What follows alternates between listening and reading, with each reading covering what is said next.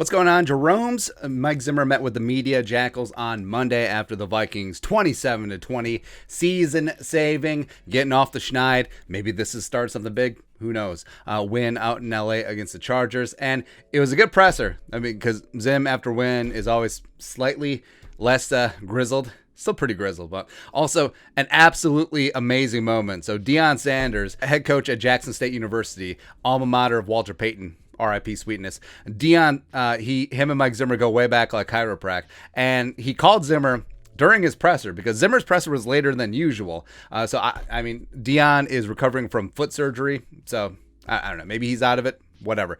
But Deion, Zimmer have been trying to connect, calling him up, congratulating him on a big time win, etc. And I love these two. Like, you know how Manning Cast is really big on Monday Night Football?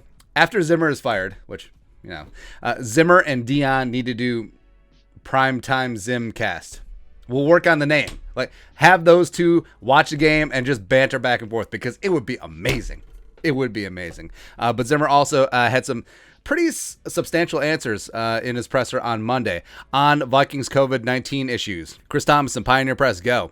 Vikings coach Mike Zimmer with update of players on COVID-19 list. Dakota Dozier was here today. Garrett Bradbury was here. We anticipate that Harrison Smith will be here Wednesday.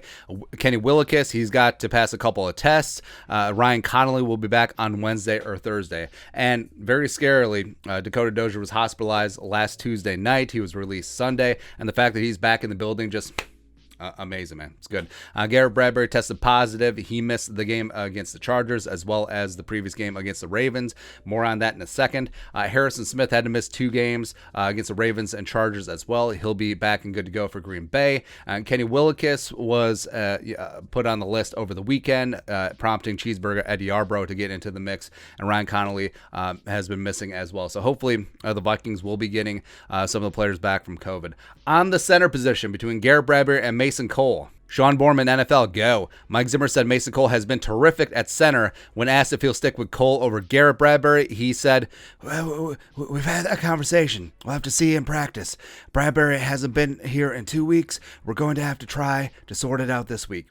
So that the fact that Zimmer very easily could have committed to Bradbury, which I think a lot of coaches would have done because he's the incumbent starter, and the general rule of thumb for most coaches is that you don't lose your spot because of injury. So guys don't rush their way back. Of course, with COVID, who really knows?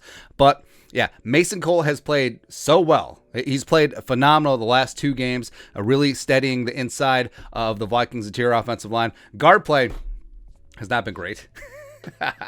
But Garrett Bradbury should not be guaranteed a spot back. I think Mason Cole came in and he's made some really good line calls. I think that he's really had a nice anchor, which was not his forte in Arizona, by the way. So yeah, stick with Mason Cole. Go with the hot hand. Garrett Bradbury was not it. On Vikings veterans returning versus Green Bay, Chris Thomas and Pioneer Press, go. When asked about Harrison Smith, Anthony Barr, and Patrick Peterson, all potentially returning for Sunday's game against Green Bay at US Bank Stadium, Vikings coach Mike Zimmer said he was hopeful.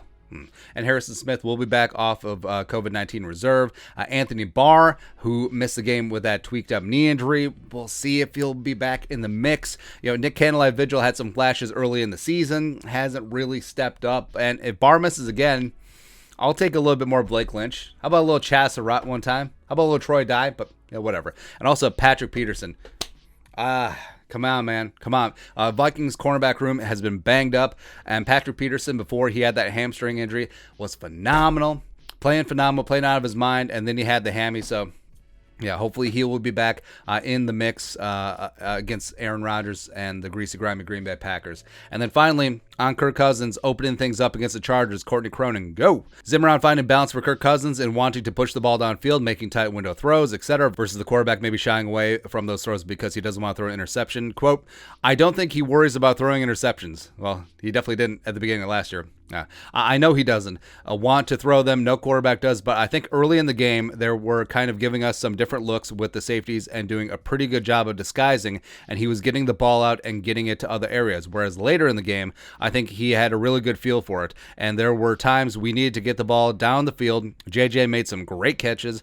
Adam made some great catches. That's kind of how he was earlier in the year, making those guys go get the football and then feeding off their touches. So I think that we've discussed that Kirk Cousins does need to open things up a bit, and maybe he was being a little bit too conservative in the first half, but then he figured out Brandon Staley's defense and then just started putting it up. And I think that at a certain point, Cousins has to take the governor off the engine just a little bit. And yeah, will you throw a bad pick or two? Yes. But is the risk worth the reward? Is the juice worth the squeeze? Getting the ball out to Justin Jefferson. Vikings are 3-1 when he gets double-digit targets. They're 4-0 when he has 7 or more catches. So yes, absolutely go after Jefferson, go after Thielen, go after KJ, and really open this thing up, because that makes you even more dangerous. Because if you only take what the defense gives you, they will give you less and less and less. They will try to make you play left-handed. And guess what? That doesn't work.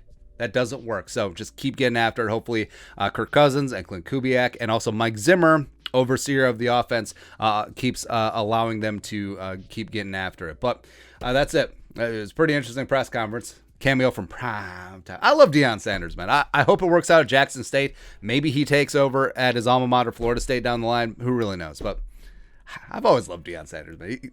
Great personality. He was great on TV. He was a hell of a player. First ballot Hall of Famer. Just phenomenal. But your thoughts and our thoughts on Zimmer and Deion Sanders' Monday press conference, let us know in the comment section below. Subscribe for daily Vikings takes. Most support that work. Pay that man his money. Venmo. But until next time, Skull Production Value.